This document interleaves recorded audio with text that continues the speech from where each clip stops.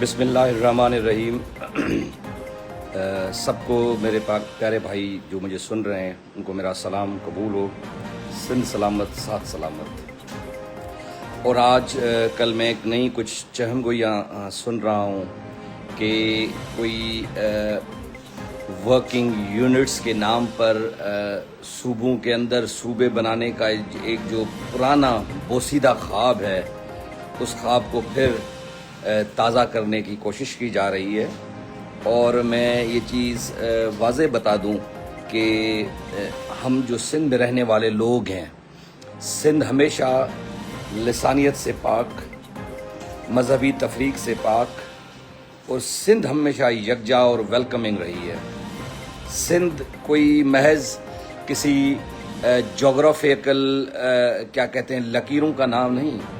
سندھ ایک تہذیب کا نام ہے، سندھ ایک ثقافت کا نام ہے، سندھ اس بھائی چارے اور بے مثالی کا نام ہے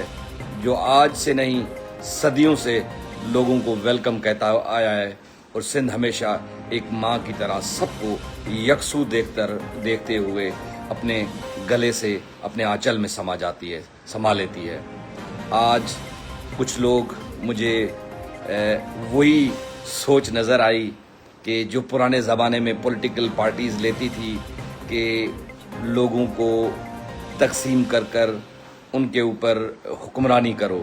اور یہ فلسفہ آج تک ہوتا ہے۔ آپ نے دیکھا ہوگا کہ الیکشن سے پہلے تمام پولیٹیکل پارٹیاں کوشش کرتی ہیں کہ لسانی کارڈ کھیلا جائے اور لسانیت کے اوپر بات کو پروان چڑھا کر اپنا ووٹ پاکٹ سیکیور کیا جائے۔ اور ہم یہ چاہتے ہیں کہ سندھ متحد رہے، اور سندھ کے اندر کسی مزید نہ صوبوں کی نہ کسی یونٹس کا نام لے کر اس کو تقسیم کی کوئی گنجائش ہے، اور نہ سندھ میں رہنے والے تمام میرے بھائی بغیر کسی لسانی، زبانی، مذہبی تفریق کے یکسو ہو کر اس سندھ کو اگر بہتر بنانا ہے، اس پورے ملک کو اگر بہتر بنانا ہے، تو عدل کا نظام بہتر کریں، صحت کا نظام بہتر کریں، اور گورنمنٹ ایگزیکٹو کا جو ادارہ ہے اس کو اتنا آپریٹو بنائیں کہ تمام ادارے اپنا کام کریں اور وہ کام نظر آئے۔ اور ان اپنی نااہلیوں کو چھپانے کے لیے، اپنی نااہلیوں کو اب ایک شیلڈ بنا کر آپ یہ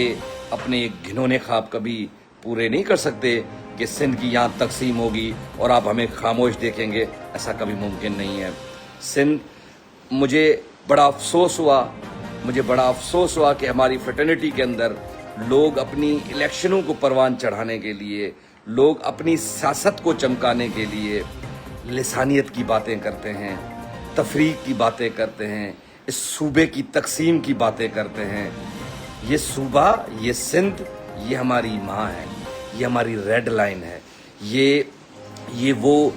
وہ سندھ ہے جو تمام زبانوں کے تفریق کے بغیر سب کو